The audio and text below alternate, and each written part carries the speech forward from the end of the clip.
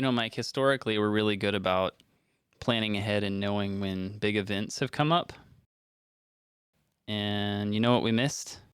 I do know what we missed. We missed two things. Do you know two things that we missed? One, this is episode 150, and I don't have any trivia for you. The second one probably is the Bookworm birthday. I think it was 7 years recently or something like that. 6 or 7, somewhere in Yeah. there. So I think it's 6 because it's roughly 25, 26 a year because, half of 52. Right. And we're at 150. So here we are at 150 episodes, and we're doing absolutely nothing special other than recording yet another book. And we completely missed our 6th birthday. Happy birthday, Bookworm. So there's that. We're great podcast hosts. We completely missed our big events. Yeah, that's okay. We happens. We will just continue to make great pods. In honor of 150 episodes and 6 years, we are going to record another book for you. Yep. Exactly. So, that said, my big question for you, Mike, is did you take the standout assessment? And was it all you hoped and dreamed? I did. I got to find my results here. Okay. While you're hunting, I did order a fan for my camera. I know that was an action item I had. I have a fan pointed right at the back of the camera. Nice. So hopefully we don't have this overheating nonsense happening once more. All right, I got my report.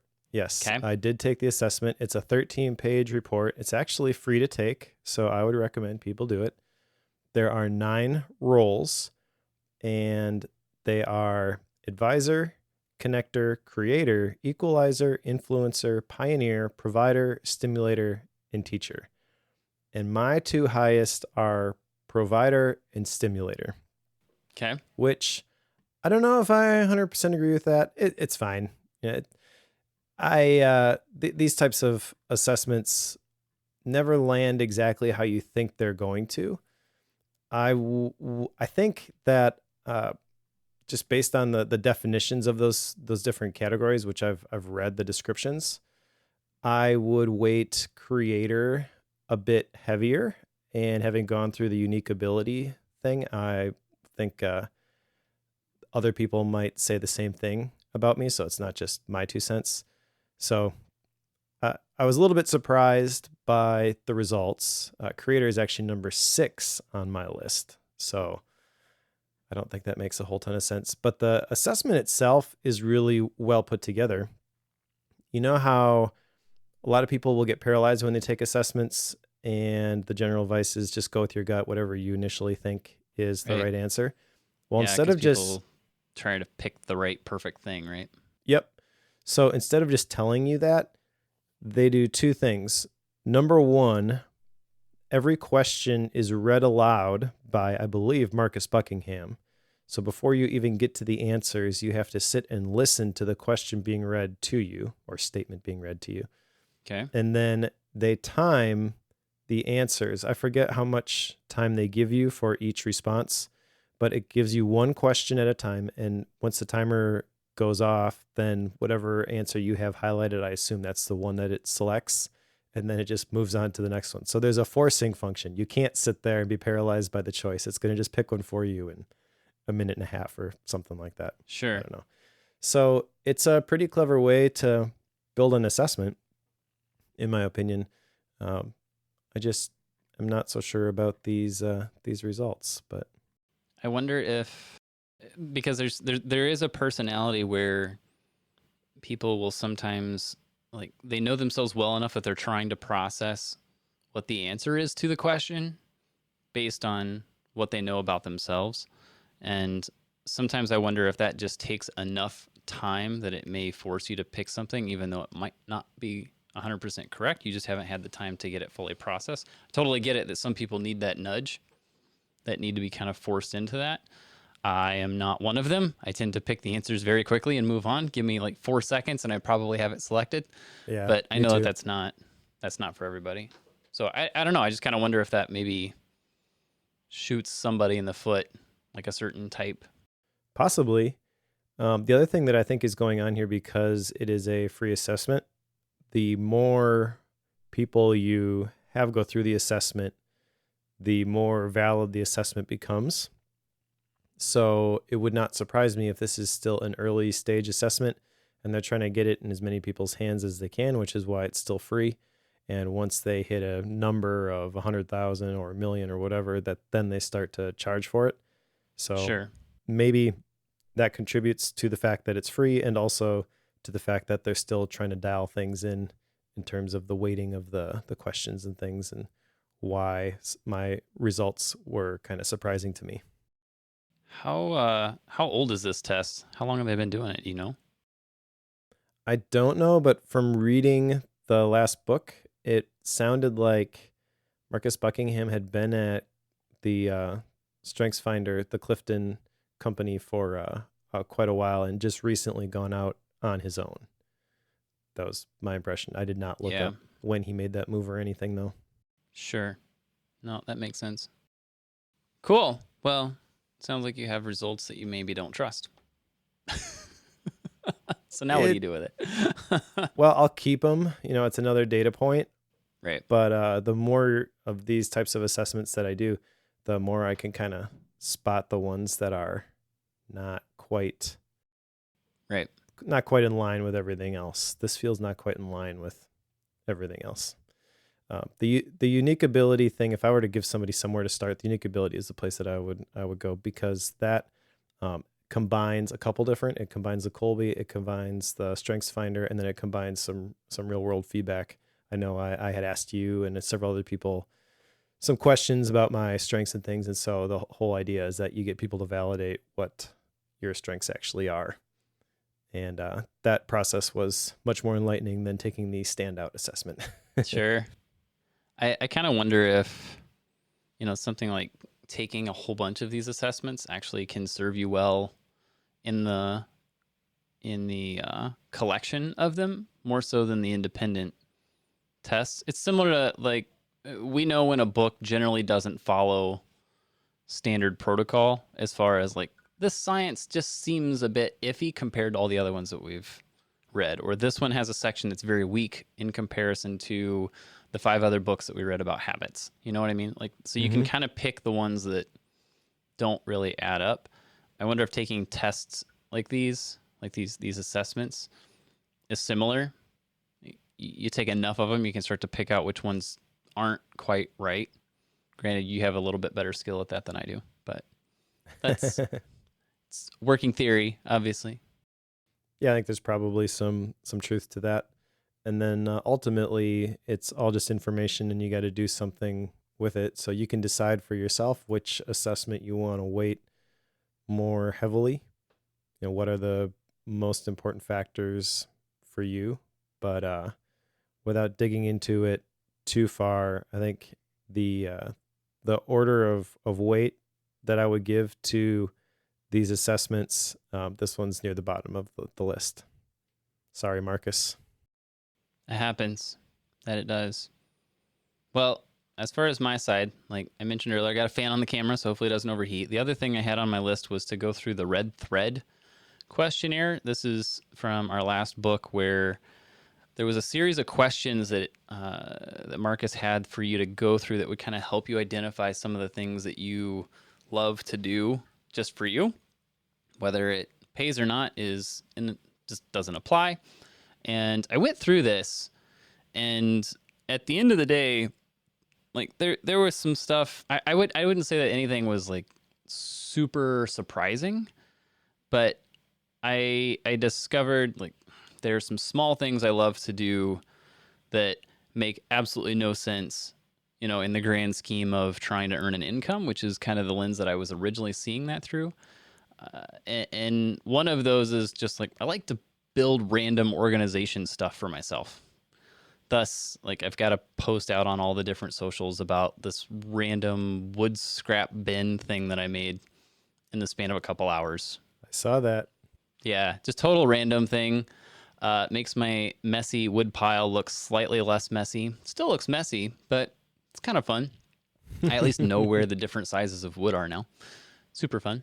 But just stuff like that is kind of what I was discovering. But again, nothing really groundbreaking, but at least somewhat enlightening. At least kind of informs some minor decisions there. So I don't know that I would recommend people go through this questionnaire, but it was fun. Didn't take too long, but that's me, and I make decisions very quickly, apparently. There's that. All right. All right, that said, let's jump into today's book, which is Do the Hard Things First by Scott Allan. And I originally picked this book because I know that I tend to, and a lot of people tend to procrastinate, and I tend to put off things that I don't want to do, like the hard things, you know? I tend to put these things off and don't want to follow through on them, and then it can eventually become an issue. So I was trying to find a book somewhere in that territory to maybe inform my thoughts around that a little bit more, and landed on this particular book. What I did not know when I selected it, I need to get better about vetting books, I think. What I did not know is that this is the first book in a series. Did you realize this? This is a whole series of books that he's got put together. I did not. However, it does not surprise me, and I feel like this whole series should probably be contained to a single volume. I'm okay with that. Yes. After reading this one, I agree with you. It should be stuck right here.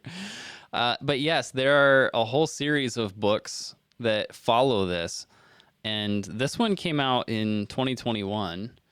And it's the first of those, but you can order all the other ones. So it makes me wonder if he released them all at once. It seems kind of odd how that would work. In my mind, you would release one and then release the next and keep going. But these seem to be all done at the same time, which is fairly substantial, to say the least. So anyway, that was my original choice. The tagline on this is How to Win Over Procrastination and Master the Habit of Doing Difficult Work. And I think the two words in there that caught my attention were procrastination and habit, because we like to talk about habits, and I've struggled with procrastination for a long time. So I was thinking this would maybe help with that. And I'm still looking for a book on that, Mike. So what were your initial thoughts on this? Because mine were, yes. I'll stop there. So I'm just looking it up real quickly. You're right. It's part of the Bulletproof Mindset Mastery series, of which there are 10 books. Yes. Which is a little bit surprising. Yeah, I was surprised that you picked this one, to be honest, for a couple of reasons. Number one, I know you've shared about struggles with ADHD. And the thing that came to mind right away was the advice I saw in an atomic essay by Jesse J. Anderson about eating the ice cream, not the frog. Right. And Jesse is kind of the person when it comes to ADHD productivity at the moment. He's kind of leaned into that angle. He's got a ADHD Nerds podcast that he records now.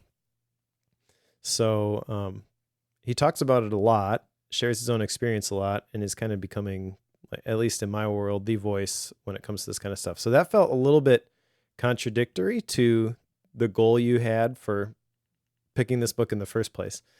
The other thing, and I've dismissed this one pretty quickly because I haven't read all the books on procrastination. I don't know which ones are the good ones. But my second thought was, why didn't he pick Eat That Frog?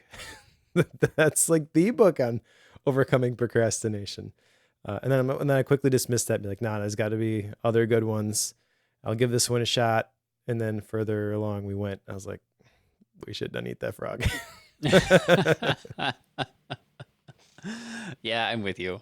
I am, and I know that some of the rationale is that I know that if I did the whole eat the ice cream thing first, I just eat ice cream all day long.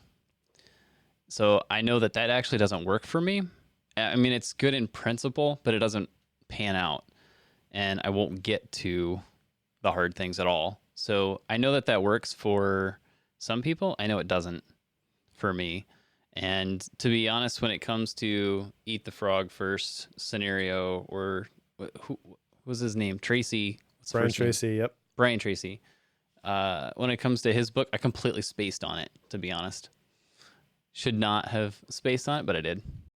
Well, I don't think it's necessarily wrong to pick something else instead of that, because we've been in the productivity space long enough that you probably have heard all the good bits from that book quoted by myself and others at this point. Yep. There wouldn't be a whole lot new there. However, I'd argue there isn't a whole lot new in this one either. Correct. Yeah, I suspect we could run through this fairly quick, which I guess we should jump in so that our complaints are solidified for everybody listening. But okay, so do the hard things first. Essentially, that is the topic of the entire book of don't put things off, do the hard things first so that you can get to the fun things. Okay, you can put the book down and move on now. Like that's, I feel like that's your thing. I do have a lot of things in the outline here just because there's like these real quick things that we could discuss, but there's, this is a 4-part book, Mike. This is not a 3-part book, plus an introduction. So if you want to count the introduction, that's 5. So bonus but we don't points. normally do that. So the thing that stands out to me here is that there is a lot of like duplication of stances, and he reiterates things quite a bit here. But let's just jump into the very beginning of this. So the introduction, why we do hard things last. And basically he's explaining what is procrastination, putting things off, and telling you that you need to do something different in order to succeed. And this is where he originally starts to show his colors in sharing other people's stuff, because he starts off, not right away, but pretty close, sharing some things from like Tim Urban from waitbutwhy.com, and is just kind of reiterating some of the things that are said there and elsewhere. But really, why do you do hard things last? Well, they're not fun. That's really the moral of the story there. I will say that this was my favorite part of the entire book. Nice. So you mentioned he defines procrastination, which we've all heard before, but he does a pretty good job of leaning into a unique angle on this, I think, which is the driving force behind procrastination. And that's the prioritization of the short-term mood repair and emotional regulation over long-term achievement and well-being. So the framing of that, I feel, is pretty solid. Like, you're doing this because you're trying to feel better now instead of being better in the future, if I were to paraphrase that. He talks about goals which exist in the future, but the problem is that you can only take action in the present. And he talks about how we're hardwired to prioritize the present with time inconsistency. He defines it. That's the tendency of the brain to prefer immediate rewards over future rewards. And so there's enough unique stuff there that I feel like this is a pretty good setup for the rest of the book. However, I feel like that's about the extent of the original ideas in here. The rest of it is packaged into these different parts because that is where his lists of lists are cleanly defined. There are so many lists in this book that they lose their like normally you would create a list when you want to condense a whole lot of information into an approachable, you want it to be digestible by the person that's reading it. However, he goes from list to list to list to list to list to list to list, and they quickly just all meld together. Yeah, and you can easily get lost in them. And the other thing too is if you're gonna make a list of things that you want people to be able to remember, you either have to come up with like 2 of these lists and make them memorable and make them not too long. And if you let's go back to building a second brain, right? Tiago Forte had really 2 lists for you to remember, para and code, right? And we could probably both sit here and explain to you how both of those are supposed to work, even though it's been a month since we read it now. And this is very different from that in that there are so many of these and they are so long that I started off trying to like write some of these down, but forget it. Did you manage to get these all written into your MindNode file? Did you try? Sometimes, I mean, even the actual delivery of the lists was kind of all over the place. The table of contents is not really the chapters. There's a whole section in there. I think it's the fears where they will start. They're listed in the table of contents, but they will start in the middle of a page. So you have no idea where the chapters are. And then some of the quote unquote chapters are like, here are 11 things about this topic. And then there's a list of 3, and then there's a list of 4, and then there's a list of 3. And then I'm like, that's not 11. Yes. So some of these I was thoroughly confused by. The ones that made sense, I jotted down, but I did not I didn't spend a whole lot of time trying to figure out how to fit the square peg in the round hole after a little while, because I knew there was another list waiting for me in the next chapter. Right. Yeah. And the one that really bugged me was that the formatting for them was different too. Like when he did have a solid, like, here are the 10 things. Sometimes he would just list them as, he wouldn't even put a number in front of them. Sometimes they had a number and a dash. Sometimes they had a number and parentheses on each side of them. Like, yep. If you're going to have all these lists, like, at least be consistent with how you're going to present them. No. So I think he sorely needed an editor. I was going to say, I will defend him because I think he self-edited, self-published this. It was just looking at that. Yeah, I noticed several typos, which is the kind of thing that an editor would find. Now, as a fellow self-editor or self-publisher, I'm willing to give him a break there. Yeah. I do think if you really want to be taken seriously, you do got to dial that stuff in. Hopefully by the time I write another book, I'll have an editor who can help me with that kind of stuff. That would be great. But the other thing I want to mention here regarding the lists, you mentioned like Building Second Brain has a couple of lists, and that is true. But I was also thinking through like, what's the best application of a list? Like if I'm going to use a book that we've read as an example of this is how an author could clearly communicate a message and make sure that it sticks in somebody's brain, the absolute best one that I can come up with is Atomic Habits by James Clear, because he frames the 4 laws at the beginning and then he reframes them in the form of questions. So you've got the same list, but different angles on it as you build out the rest of your book. And what that does is it kind of anchors like, this is the key takeaway from everything that you're reading here. Make sure that you remember these 4 things.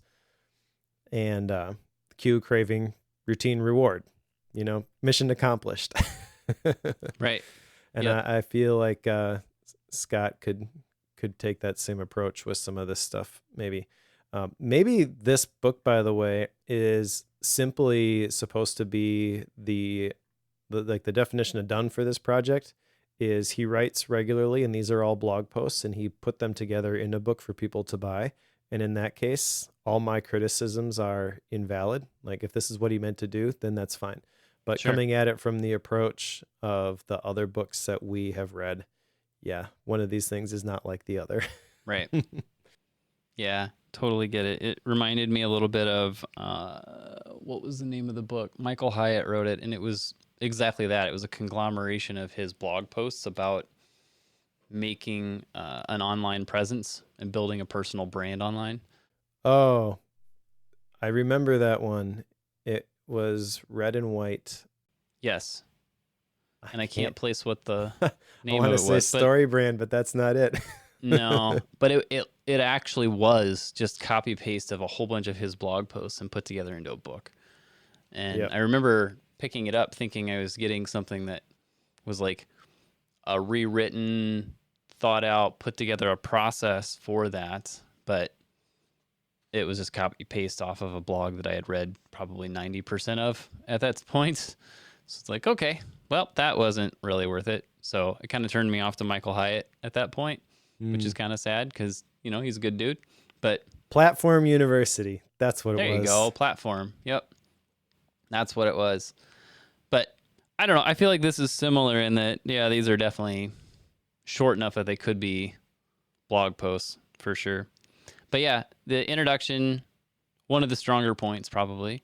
Then we get into part 1, which is breaking fear, minimizing excuses, and the science of delaying gratification.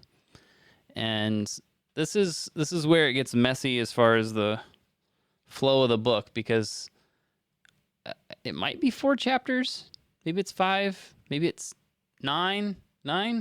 Yeah, I don't really know. I'm not sure how this is supposed to go, but the one that stood out is there's one called Coping Mechanisms and Procrastination.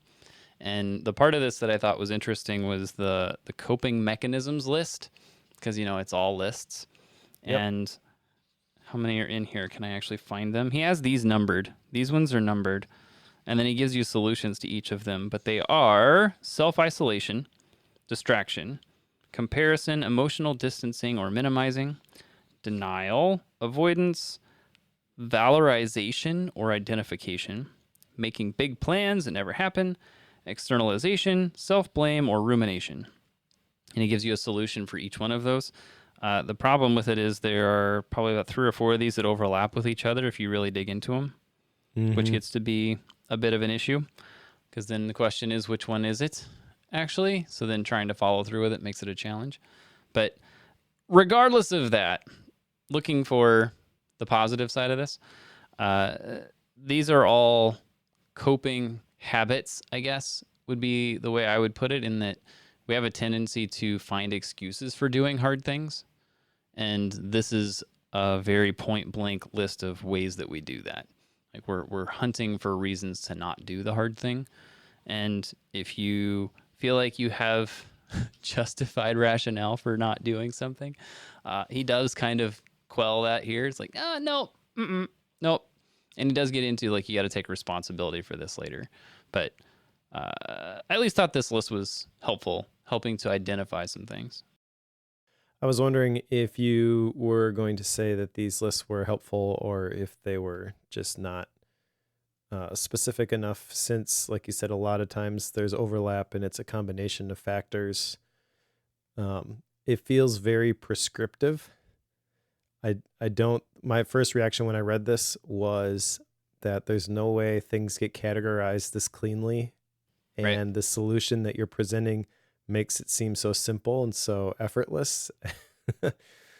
And it didn't really sit super well for me. I also have to say that at this point in my life, I'm not the person he's writing this book for.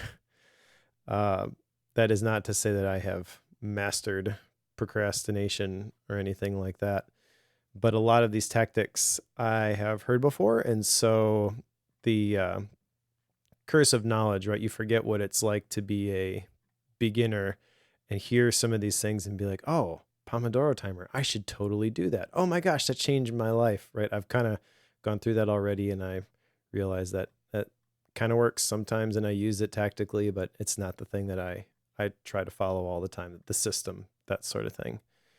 So I don't have a whole lot to add, actually, to these specific coping mechanisms, other than to say in this chapter, I did like one specific phrase that he used, which was run your race at your own pace. One of the things that I mentioned before we hit record, I shared with you the slides that I put together for the MaxTalk conference. And as I was putting that together, there were a couple of tips in there, like follow your own path and tell your story, and you don't have to go pro, all that kind of stuff, because what happens is you tend to look at somebody who's doing something you want to do, and then you feel like that's the blueprint, I'm going to follow that exactly.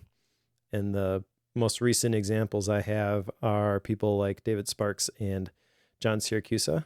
They're probably the most famous ones, but kind of the dream for every creator, right, is like, I can go independent and people are going to pay me lots of money to make my art. And if you can get to that point, that is awesome. Absolutely go for it.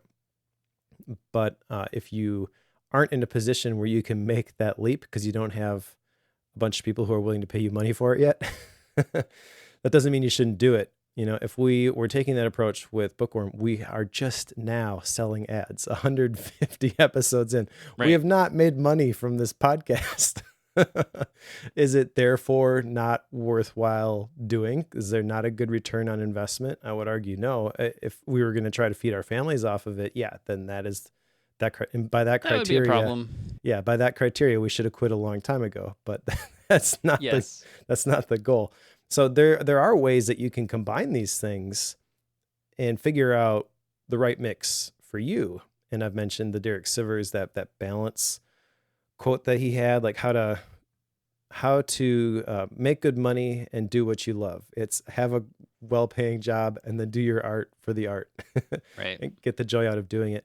And that was kind of that was a light bulb moment for me. It's like, oh, well, yeah, I could do that. And I don't have the pressure to make the whatever I create. I don't have to do the SEO if I don't want to, because I don't have to sell a certain number of copies of it to pay the bills and all that kind of stuff. Like, not having that pressure, that would actually be kind of nice.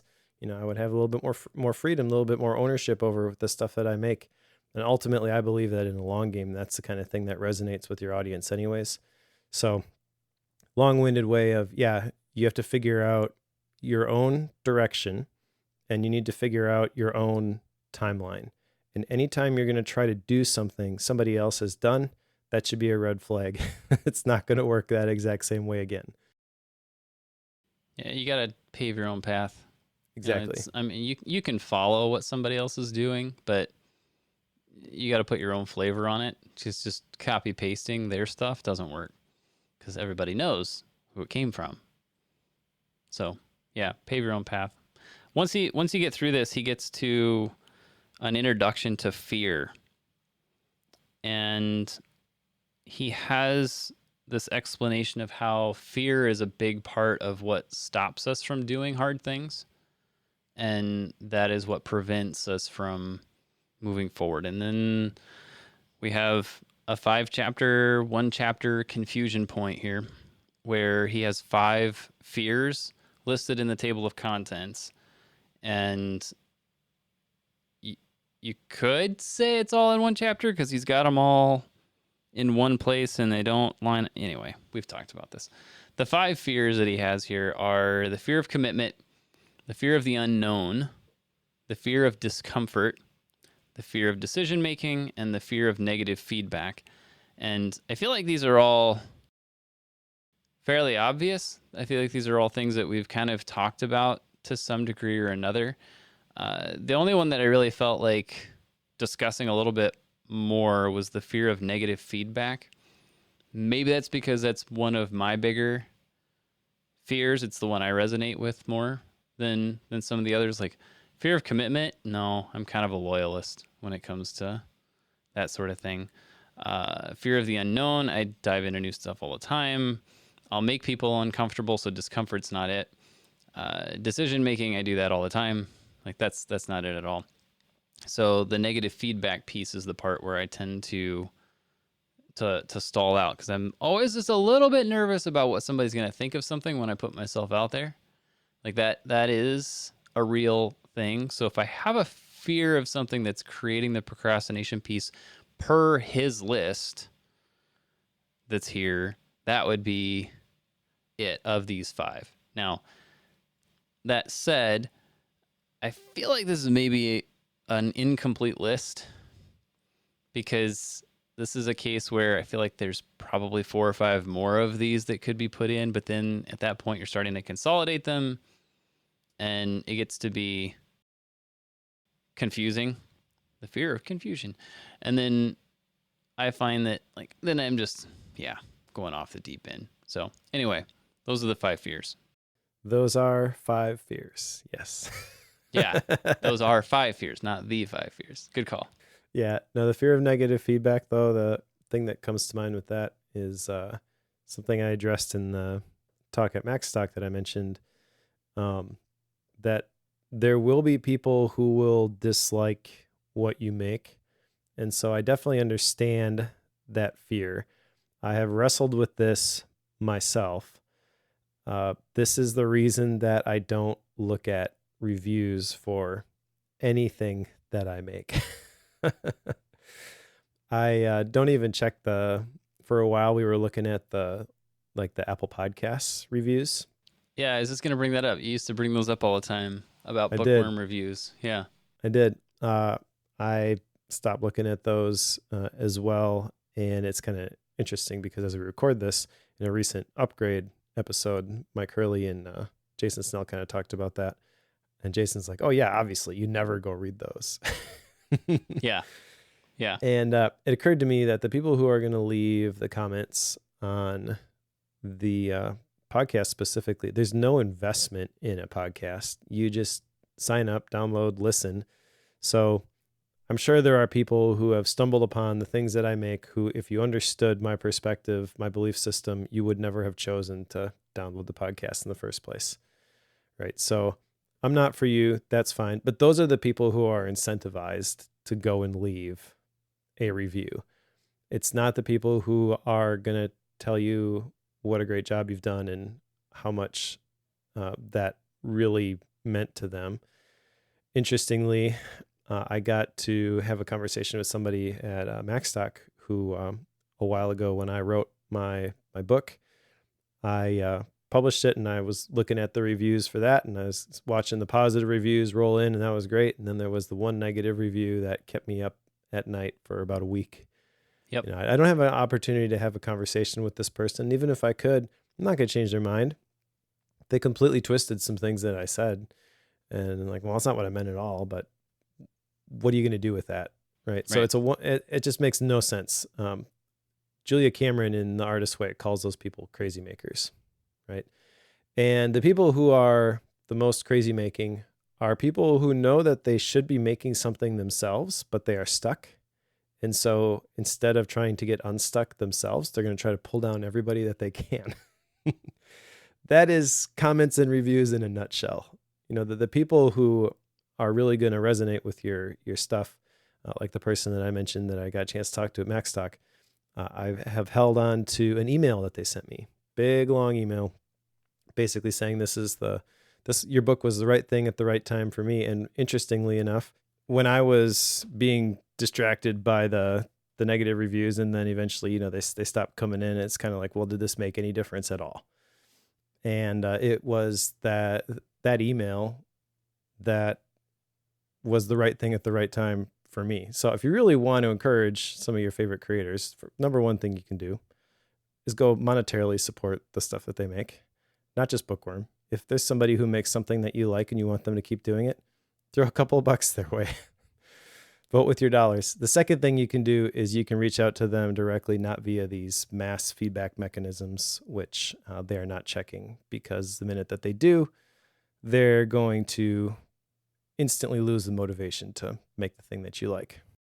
And thanks, Ramiro, for your comment at exactly the right time. Yeah. Good call. So if you haven't, you can also join us live and leave your comments while we're having the conversation. It's super fun. So yes, I'm with you. Like the negative feedback thing is one that I know that that's a fear that I have. And yet it's a weird dissonance for me because it's a thing where, yes, I tend to be nervous about the negative feedback, but at the same time, I tend to ignore it a lot. So it's absolutely paramount that I don't go read reviews and don't check numbers and such. Like, do your thing. Let the rest of it come. Like that's what I really have to do. But I still want to see the numbers sometimes, and I know I shouldn't. See, that's the thing is, if you don't go looking for it in the wrong places, when it comes to you, you can say, yeah, I know that stuff's out there, and then just dismiss it. Right. But if you're going into those reviews and things, expecting to get the warm fuzzies from all the people who love your stuff, like that's going to be mad. The wrong thing. Yep. Well, he has a couple chapters here at the end of this first part. One of those is the 10 reasons we delay doing the work. And he doesn't put numbers on any of these, so it's just the headings that are in here. There's only one of these that really caught my attention. And this is so weird. One of the reasons he puts in here for delaying doing the work is ADHD. Mm-hmm. Like, that is one of the reasons. Like, what? Okay. So he makes it sound like he's been diagnosed with it, but I don't think he explicitly said that anywhere. Correct. And yet, I don't know. I got so confused by this one. It's like, okay, why is that considered a reason? And it's also the one where he has no real information on it. It's just here's a thing that might be causing this. Visit your local doctor, read this book, and learn more about it at this web address. Basically, he punted that one and didn't take it on, but felt it was important enough to stick it in there. So I was just a bit perturbed over that. That's all it was. And I wanted to point it out. That's all. That is this book in a nutshell, though. It is. It is. But that was the first point. So this is on, what page is this? 65. That was the point at which I was a bit, like, I came to that realization that he's just going to bring things up and then not go into them. Like, that's kind of what I discovered. That same page also has one of your favorite topics on it, though, Mike. Did you catch this? I know I'm looking at the book and you're not. I didn't write it down, so what is it? So this is where he mentions SMART goals. Like, you need to have, like, one of the reasons, this is the next reason right after ADD. One of the reasons we delay doing the work is abstract or unclear goals. And he says that putting things like get into shape or begin exercising is too vague. Instead, you need to get very specific on what you want. I'll quote him here. I want to lose 5 kilograms in the next 60 days, and to achieve this goal, I will work out 3 times a week on Monday, Wednesday, and Friday. In addition, I will stop eating sugar-based snacks and do 20 minutes of cardio per day. End quote. Is that how you write your goals out, Mike? Exactly. Not exactly. Anyway, goal setting. But again, he lays that out. It's like, this is how you need to lay out your goals. But then he just moves on. So just going to skip over it, apparently. So many issues with that.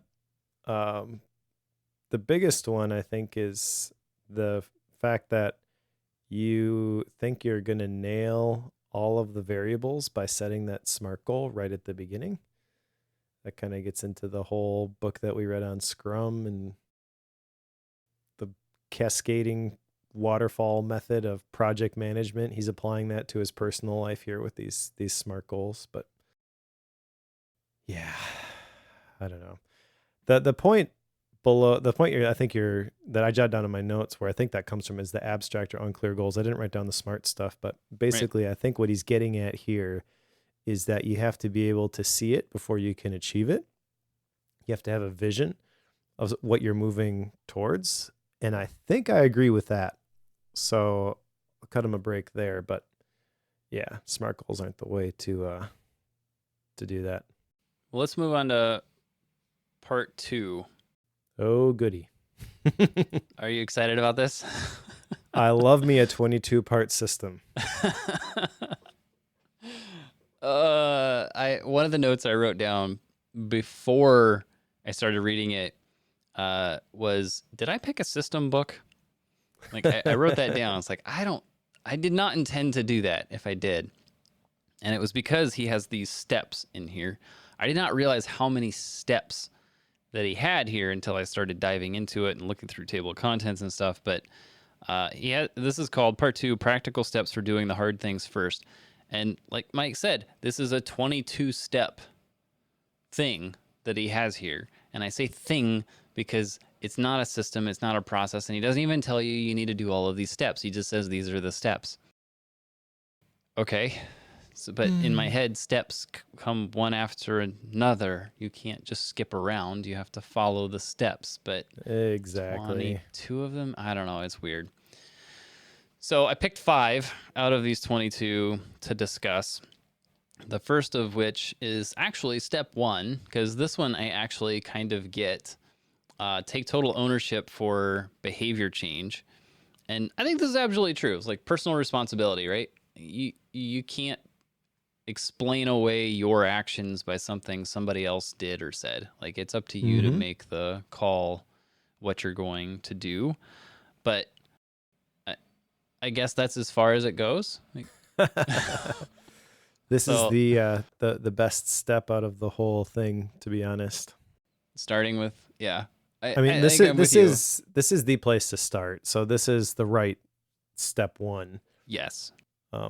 It derails from from there, in my opinion. When I was reading through these, I did not look back at the table of contents to see how many steps there were. And so I read this step 1 and I'm like, okay, I'm on board with you. Step 2, make your list of things to get done. Well, that's a weird framing, but okay. Step 3, decide you're doing it now. Okay. Step 4, write it down 5 times. I don't know is the next one you want to talk about. And then by the time I got to step 5, time block 5 minutes, start doing it. I was like, you're drifting. And how many of these are there? Yes. 22. Are you kidding me?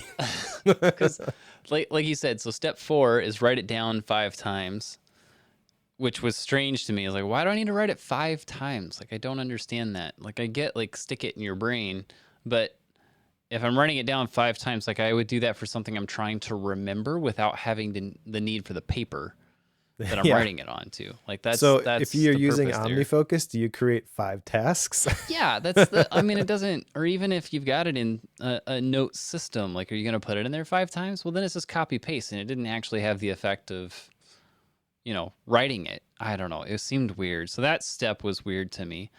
Step 5, time block 5 minutes to start doing it. As an ADHD person, I kind of get this one, but it has one glaring flaw in that if I time block, okay, so let me back up. If I say I'm going to take 5 minutes to start a task, like I'm only going to work on this for 5 minutes, that usually will work in helping me do the thing I don't want to do. Because that is not what he's suggesting, though. No, it's not. But that is what works for me. Like, okay, I know if I can just say I'm going to take 5 minutes and I'm going to start this thing, I don't have to work longer than 5 minutes, but I can't work less than 5 minutes. Like, that will work for me. I will just do 5 minutes. Yep. I am 100% on board with this. Yes. But setting aside 5 minutes to start doing it, like the way that he has that framed is like, well, I immediately think 5 minutes. I could put a lot of 5-minute blocks in an hour. Like, that is where my brain went, and I'm like, huh. So it doesn't add up. I don't think it actually works, because I feel like that's what he's saying, but he doesn't spell it out that way. Well, he uses the term time block, so that is what I thought of as well, is you are planning your day in 5-minute increments. Correct. Yes. Which is maddening. That's madness. Who does that? And if you did do that, you're going to be upset within the first 15 minutes of your day, because it's not going to go according to your schedule. I have a pretty autonomous schedule, and I don't even think I could do this. I know there's no way you could do this based on the recent action items where I was trying to get you to time block. No, not at all. So if you want the quickest way to decide that time blocking is not worth it, follow this. Because it's not going to work for you. I don't think this could work for anybody, but and he's got a, where is this at? I opened up the thing, but it's a thing that he does. Like, he sets aside a 5-minute time block, but he even says here, is like, don't stop after 5 minutes if you want to keep going. It's like, well, it's not a time block then. Yep. It's actually the next one I wanted to talk about, which is step 15, because I skipped straight from 5 to 15 because I was frustrated by the 10 in the middle. But 15 is begin with one small action. Like, it's kind of the same thing. Like, you're going to do something, like if it's 5 minutes, it's a small task. So then that can get the momentum going. That makes more sense than saying I'm only going to give myself 5 minutes, but it's not a time block if you're saying that you're allowed to go beyond that. At least I wouldn't think of it that way. Maybe I don't understand time blocking, and this is why it's always failed for me. But this is not it. Like, this is, do the one small thing, and then that can give me the momentum to get the rest of it done. And then I usually find out that the project or whatever it is I'm doing is not anywhere near as big as I thought it was, and not as nearly overwhelming as I thought it was, and I'll actually get it done much quicker than I thought I would. But that's different than time blocking. That's not the same at all, at least to me. I agree with you. Number 16 is the one that I wanted to talk about. Oh, sure. Adopt the 80-20 principle. And then he gives a whole bunch of bullet point examples of the 80-20 principle. And most of them you've heard before. but I got to share this gem from page 134. 20% of the students will score higher than 80% of the class. Solid right there. But wouldn't it be true that 25% of the students would score higher than 75% of the class? Or 80% of the class will score less than 20% of the class.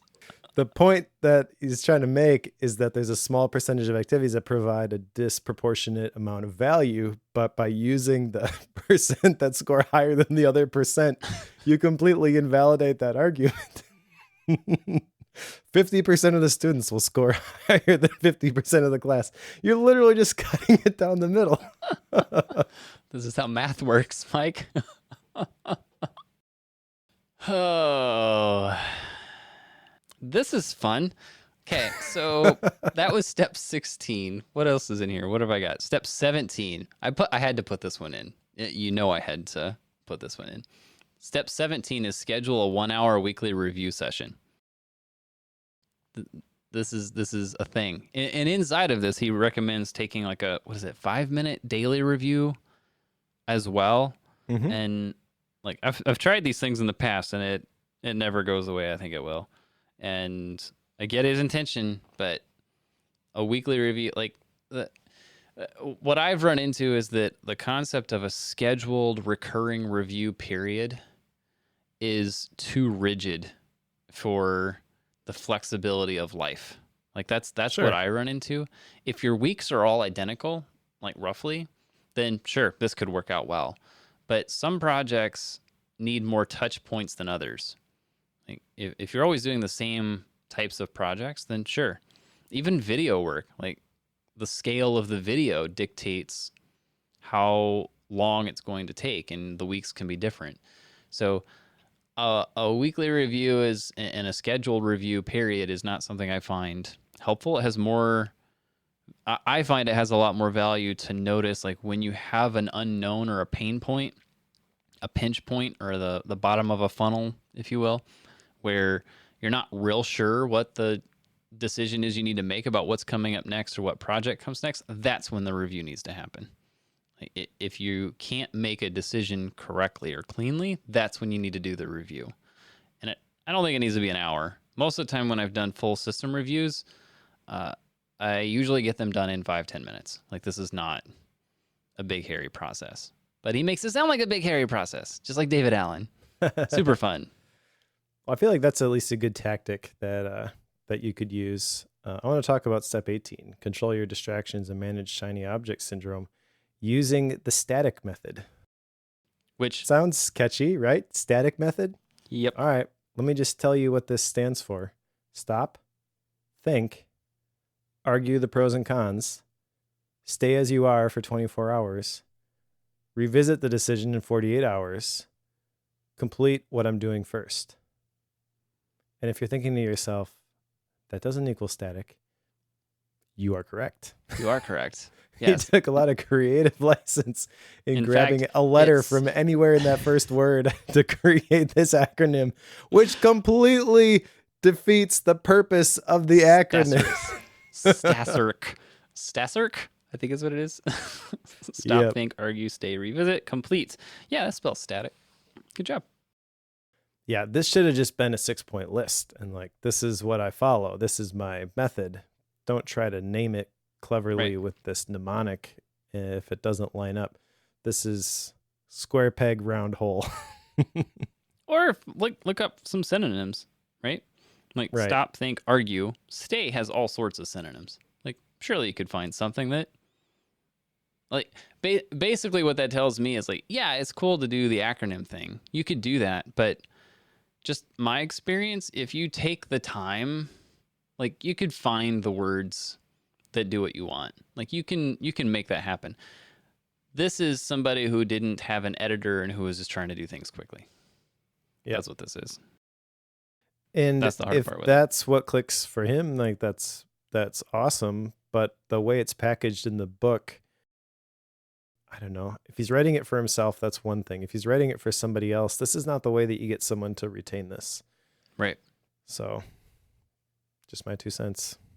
Any other of these steps you want to talk about? Now Some let's of get them out of are, here. there's some of them are quite funny, like we've talked about. Okay, so part 3, breaking negative behavior.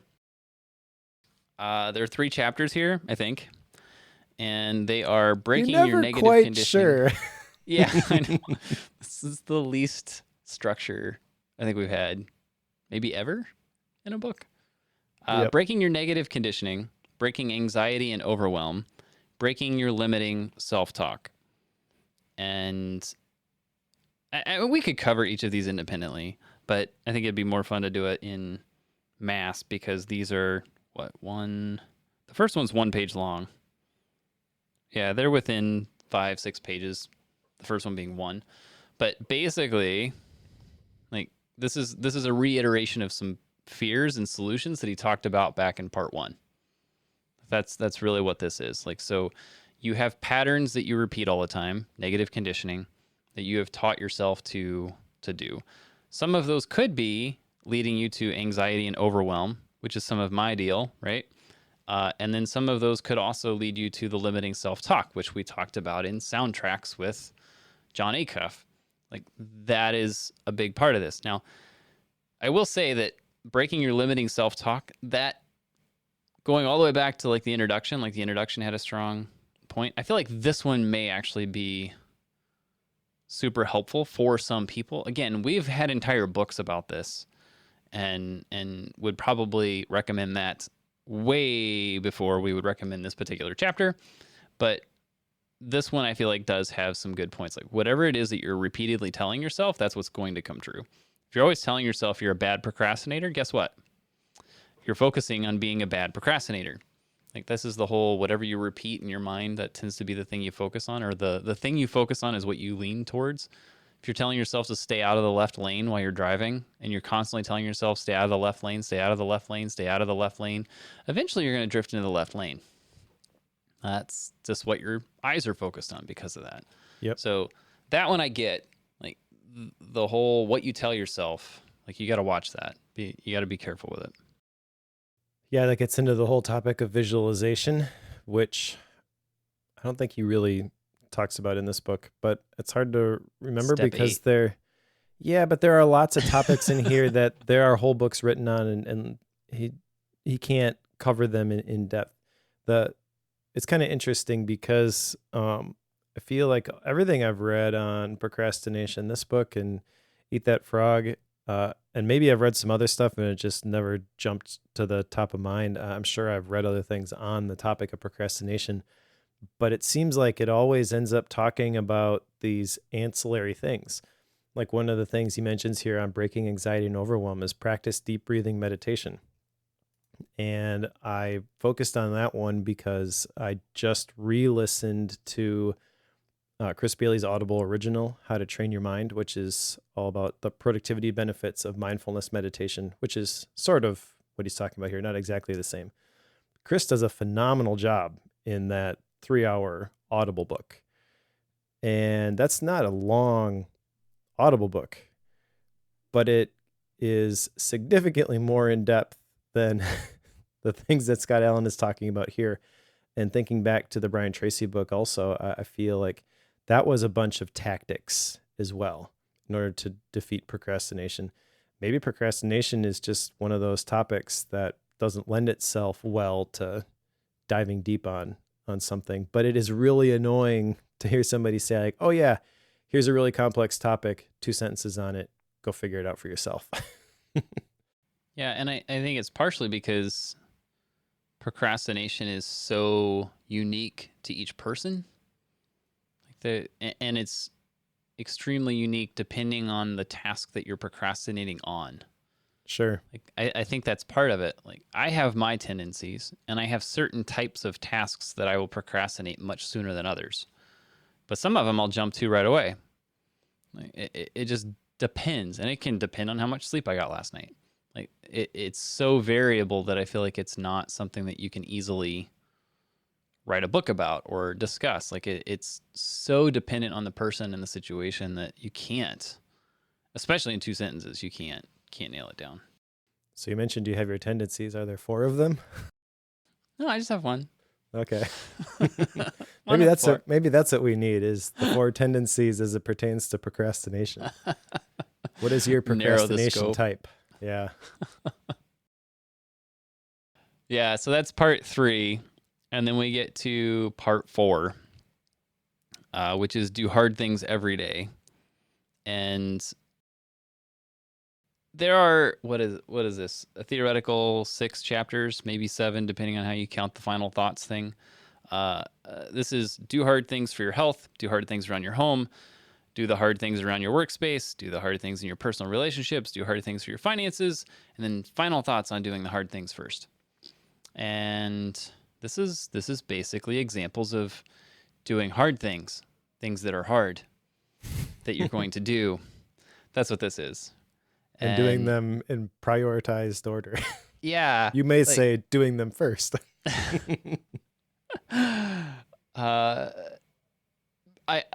I guess this is just a list of things to help you identify what the hard things are. That way you know what it is you're fighting against.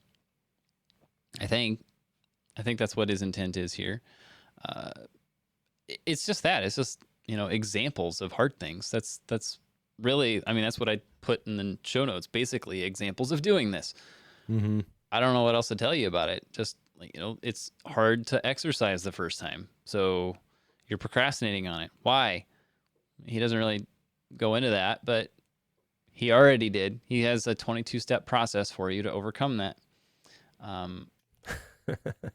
But yes, there are examples here. That's really all it is. That's all I got out of it. This is my second favorite section of the book. I feel the approach is the right one. I agree with you for the most part with what it actually reads as. Yeah. Which is like, oh yeah, there's hard things in this area, and there's hard things in that area, and there's hard things in that area. Yep. It would be interesting in an alternate universe. This book and the other 9 in the series are related in the form of helping you live a life of intention. And one of the first things you do in that is you identify the areas of your life that are important to you. And then you do something like a wheel of life exercise to reach your current satisfaction with those different areas. You pick the areas that are low, and then you talk about this is what doing hard things in this area looks like, and this is the benefit that you're going to get as a result from that.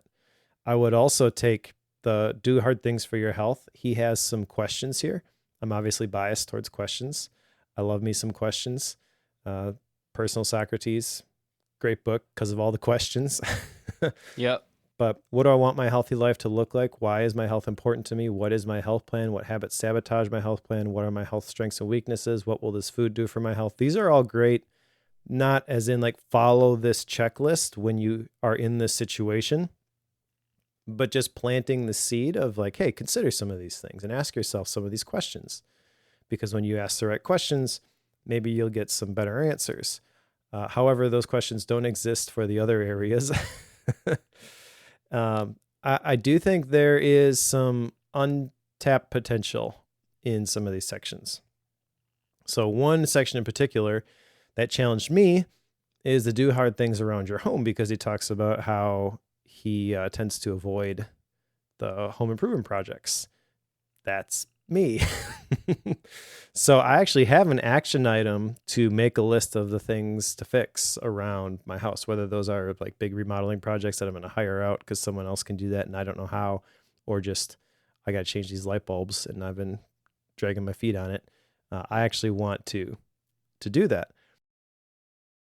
But there could have been a whole lot more around that, I feel. I don't have anything specific with that section. But when you think about the hard things in your personal relationships and finances specifically, I feel there is some opportunity there to give people some more clarifying questions to help them identify what are the areas that are kind of holding them back. I kind of accidentally stumbled into that one about the hard things around your home because the way he was describing it, I could relate to that 100%. But I feel like if he had a little bit more time and a little bit more creativity, he could apply it in a couple different vectors and make that same kind of reaction happen a lot more often in this section, if that makes sense. Yeah, because to be honest, that one is the one that hit me the least because I do massive remodel projects all the time. Yes, you do. You've got a wood bin storage thing that you made just to store your extra wood. Scrap wood. Yep. I had to burn a bunch of wood too because I just had so many of these little tiny things I had kept that wouldn't fit in this big, massive storage thing I built. So, yeah, the whole home thing didn't strike me at all. I understand that is a lot of people though. Like the concept of like if I mention something like taking out load bearing walls and putting beams in, like most of the population says, who do I hire to do that? Like that is the first reaction most people have. Whereas my wife and I said, oh, well, okay, we'll tear the ceiling down, tear the wall out, move all the electrical, and then take those out and put beams in. Sure, that's fine. We're not all crazy like you, Joe Bewley. Yeah, we're insane. Absolutely insane. Don't recommend that for most people. There are some people who are fairly handy that I don't recommend doing that to. So it's not a thing for me, but I know that there are things around like health. Like that one struck me given my history with Lyme disease and mold and such. That one does stand out. Things with relationships, personal relationships. Everybody's got some relationship somewhere that's strained in some form, it seems. And so, I mean, there are hard things in those areas. Those resonate with me quite a bit more. But I don't know that I need these lists and these examples to get there. Like, I can get there pretty quick. Exactly. But see, that's the thing. Like, I didn't write down anything for do the hard things, personal relationships, do the hard things for your finances. Literally, like, that's just the only point in that whole branch in my MindNode file. There could be some additional stuff there that would be helpful for me.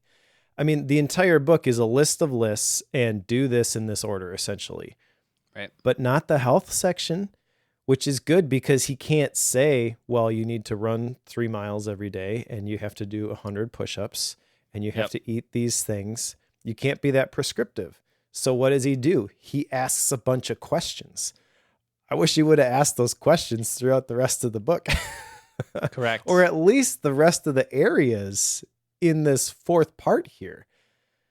So, because what that does, like, what will this food do for my health? You don't have to tell somebody don't eat that chocolate bar and eat an apple instead. You just give them that question. And then if they ask the question, they arrive at their own conclusion. Yeah, the chocolate's not good for me, or whatever it is, that you tend to, your guilty pleasure. Because he talks about, going all the way back to the beginning, the reason we do stuff in the short term is because it is a release valve, essentially. Well, when it comes to health and your eating habits, that absolutely applies. But if you ask the right question, you don't have to tell people, don't do this and do this, which is what the rest of the book is. Right. And I find the questions are a lot more relatable to me, and I want to engage with those a lot more than when you tell me to follow things in a specific order. Okay, I kind of want to be done. Do you have more you want to say? Nah, that's good. Okay. Action items. I have a qualified action item. This may or may not be one, and it starts with a question to you, which is dangerous territory whenever we're talking about Joe's action items and then relaying to Mike. But if I were to set aside time every day to be available to people that's slightly more than half of the day, does time blocking make sense? Or is that not enough to warrant doing it if we're only talking about 3 hours or so? I would say that it's still worth doing, and that's actually the ideal way to do it. Because if you're coming from not feeling like you can provide intention to your day, and the gold standard is I want to provide intention for every hour of my day, 8 hours for a working day, or 16 hours if you want to do your personal life as well, like every hour of your day, like I do. that's a big leap.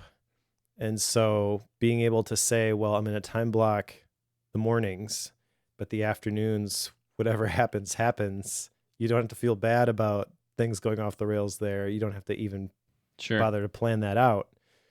That is making it a lot more attainable. It's kind of level 1. And that's 100% the place to start with this. Wasn't the answer I was after, but I'll take it. The short answer is yeah, it's worth it. I'll try it, okay? And I say that because I'm in the middle of like changing up some timing of when I have people coming to help me do things. And I think it makes it possible to where I could potentially have the mornings to where I could devote myself and kind of seclude myself to do 2 to 3 hours worth of scheduled work at those times and nail that down distraction free. And then allow myself to be quote unquote distracted all afternoon, because part of my job is being available to people. I'm aware of that. So I can't be completely unavailable all day long. That's part of the issue with it. So I'm trying to figure out how that could pan out. And this comes from really not anything in this book. It comes from the collection of everything he's talking about. And he's got so many of these like rapid fire tips that it just kind of triggered that. So I'll attribute it to the book somehow. Yeah. So I wouldn't actually call it distraction. I would borrow terms from Chris Bailey and hyperfocus, and what you're scheduling for your 3 hours, that's your hyperfocus time.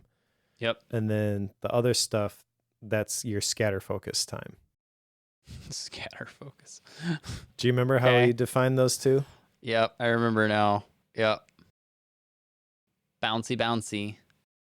Exactly. But if you're going to try to hyperfocus 8 hours in a day, it's not going to work anyways. So no, it's somewhere around 3 to 4 people can pull off in a day. Yep. So if you could do that for 3 hours, you're probably a pretty good chunk of the way to where most knowledge workers who have complete control over their schedule can get. Right. Totally fair. All right. I'll try it. What are you going to do? How many action items do you have here? 5, 6, 12? I have 3. Whoa. I was not expecting that. Well, see, that's what I do with books like this is I say, I disagree with your conclusions, but you have a good idea here and I'm going to make it my own. Yep. You do that with the books you don't like. It gets lots of action items. The books you totally resonate with, like Building a Second Brain, you have nothing. Okay.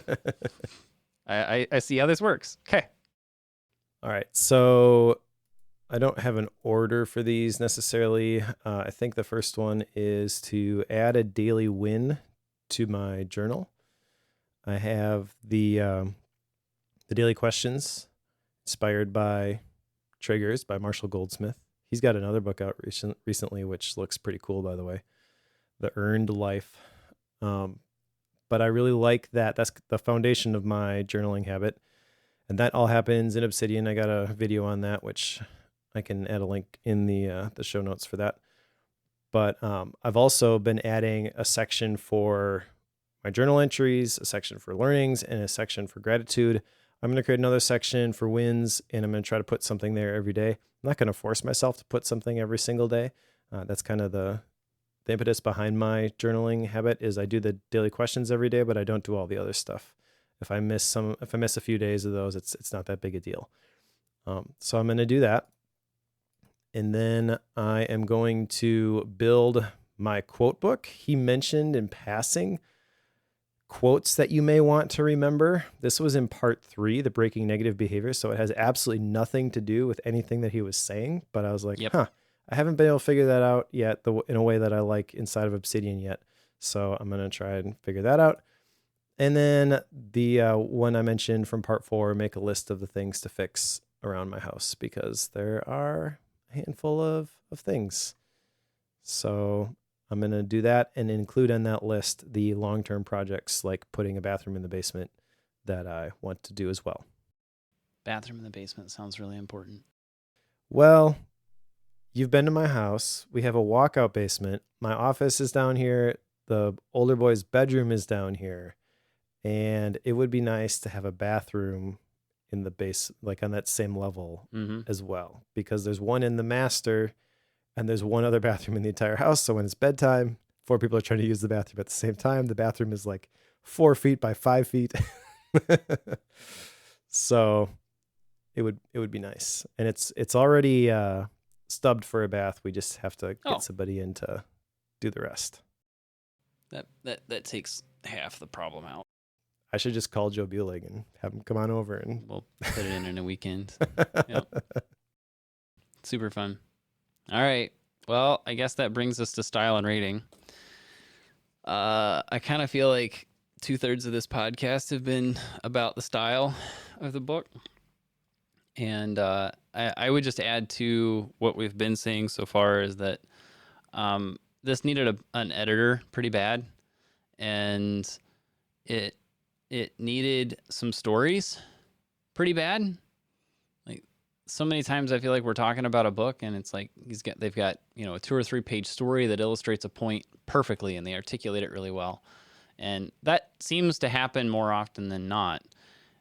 This is a reason that this will show you why people do that, because there are some stories in here and he has a number of them, but they're like a paragraph to 2 paragraphs long. A 1.5 page story is the exception to what he's explaining concepts for the most part, but he doesn't illustrate those concepts very well. So I think that adds to some of the angst that comes with trying to understand what's going on or why he's doing things.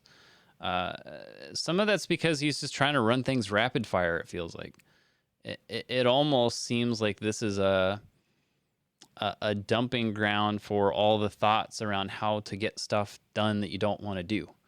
Like that's what this kind of feels like. Now, I say that, and yet there's a lot of good ideas in here, just not packaged like this. The concept of an 80-20 rule.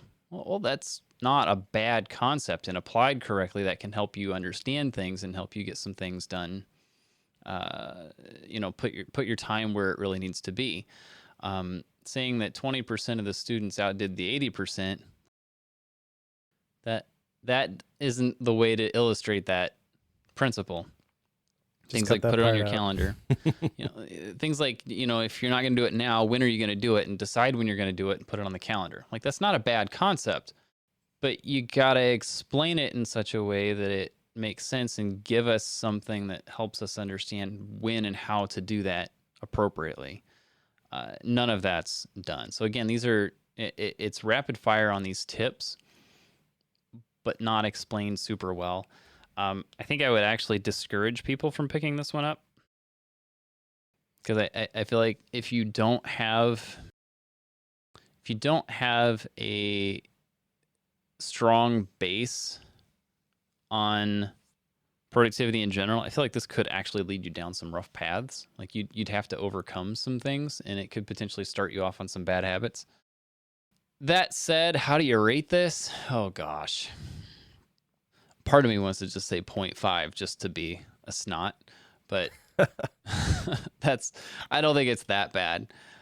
It's got a lot of work that needs done, because I feel like this feels like a rough draft to me. Like I feel like we're reading a first or second edit, and it needs a lot of cleanup and some rewrite and stuff. So it needs a few more passes, if not, another complete rewrite.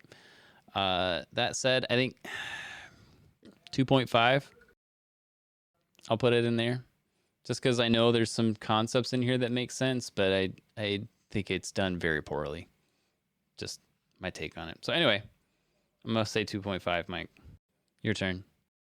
I don't like this book. There, done. Really?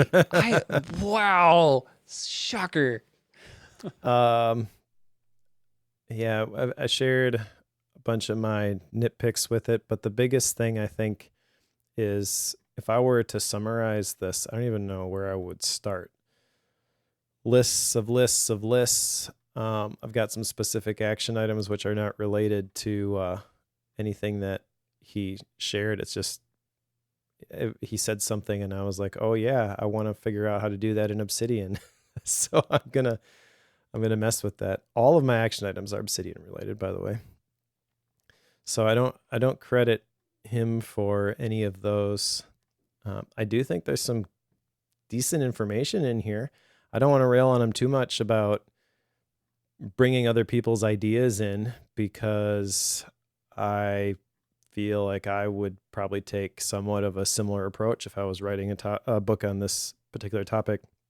However, I would give him the same advice that somebody once gave me, that you should be willing to own your own ideas. Like, it's fine to say that somebody said this thing, but then how can you internalize that and make it yourself and present it as your own? Not that you're completely plagiarizing somebody's idea, but there's nuance here. I want to make sure I say this right. But the whole idea of like stealing like an artist, that doesn't mean just flat out copy what somebody else does, but take those things, those ideas that you share in this book, and then figure out what that means to you and put your own little spin on it. Kind of like my 5 C's of creativity sort of a thing. You know, like nothing there is like completely original, but when I mash everything up in my own brain, it comes out as something that is quote unquote original. So I feel like there's opportunity to do that here. I'm going to join you at 2.5, and I don't think I would recommend this to very many people either. If you're looking for a book on procrastination, I think I would still recommend Eat That Frog by Brian Tracy.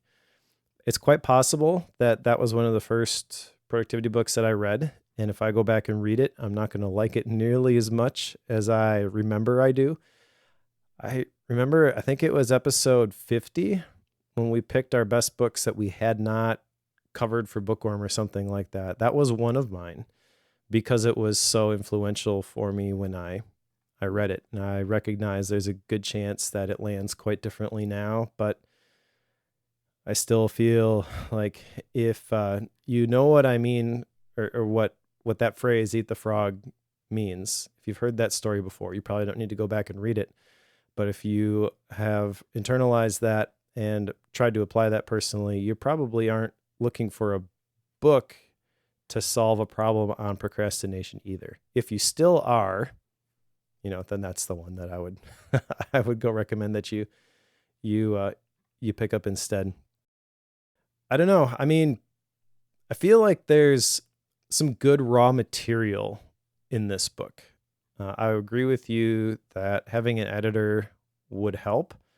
Maybe understanding the other 9 parts of the series would help us.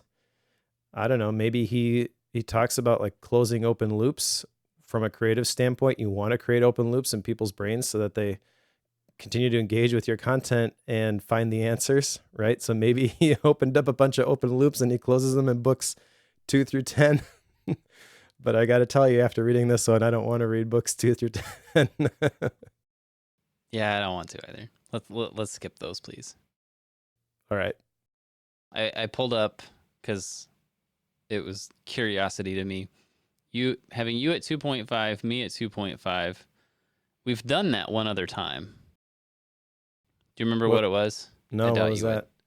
Episode number 27, Out of Our Minds by Ken Robinson.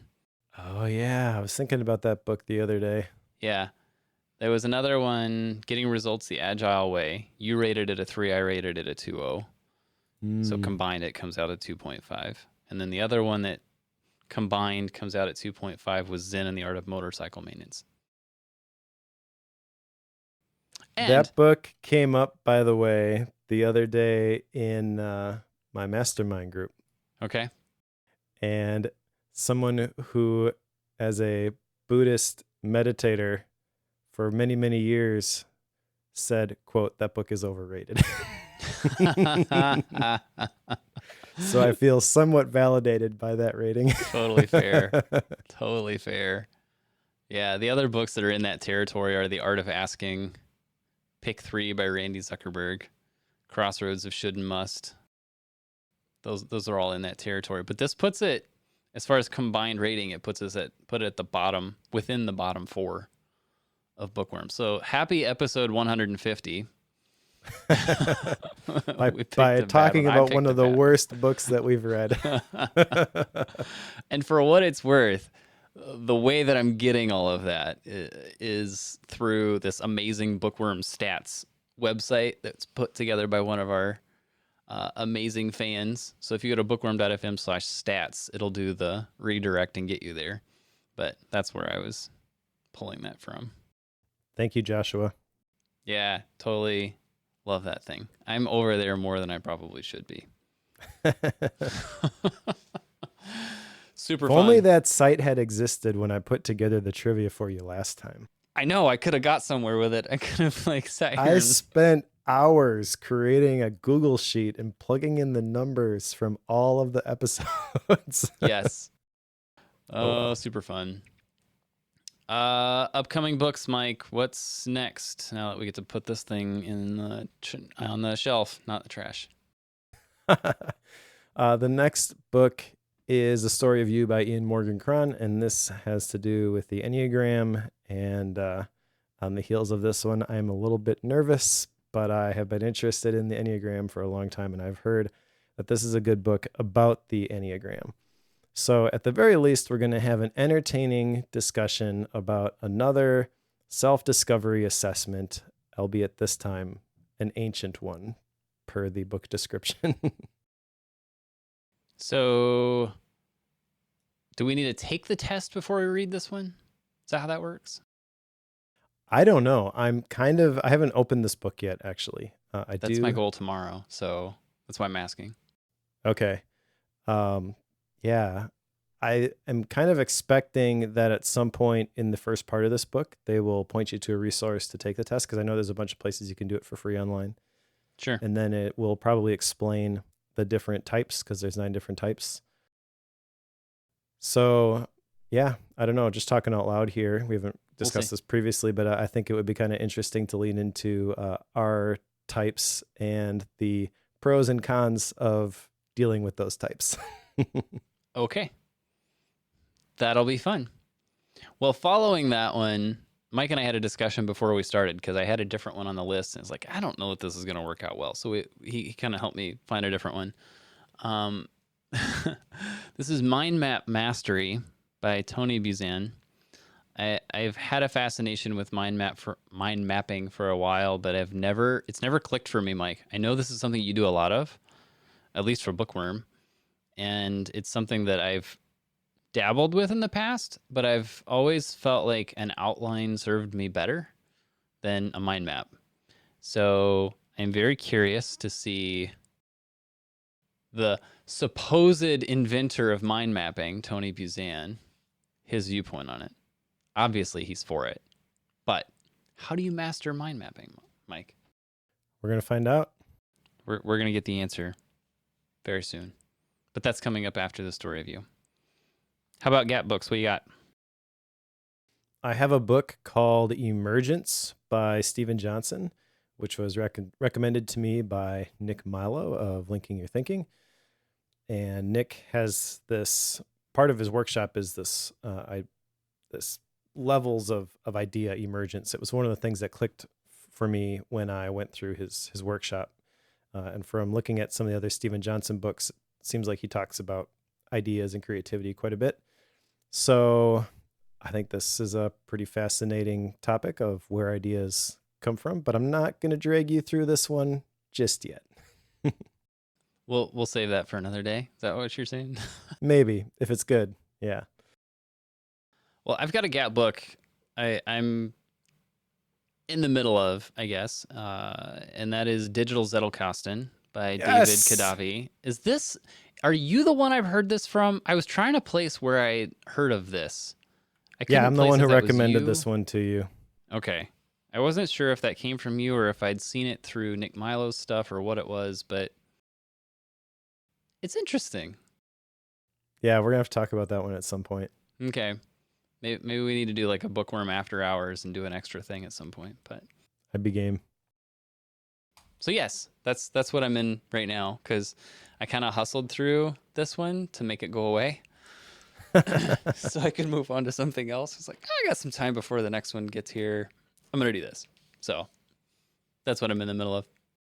Cool. Super fun. Well, thanks to those of you who have joined us live.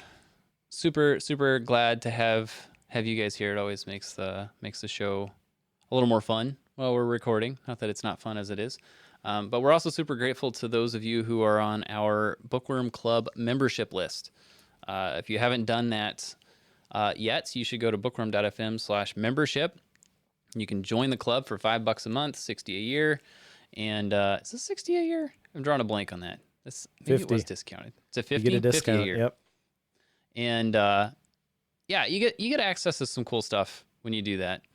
We talk about it all the time, but you get access to Mike's MindNode files, some special perks like a high-res wallpaper and stuff.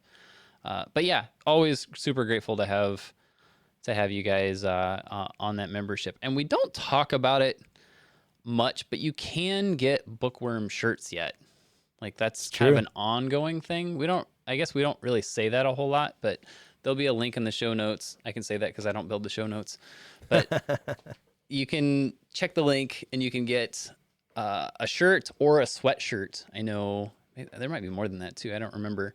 You can get a Bookworm onesie if you want. Ooh, I don't need one of those, but I know that the sweatshirt is amazing. Like that is easily my go-to sweatshirt. I don't know what it is about that sweatshirt, but it's super comfy and warm. I like it a lot. This is not the time of year to buy a sweatshirt, but if you need a sweatshirt, that's the place to go. Cat Bureau makes a good sweatshirt. Super good. Anyway, you can do that. We'd love to have you guys on board.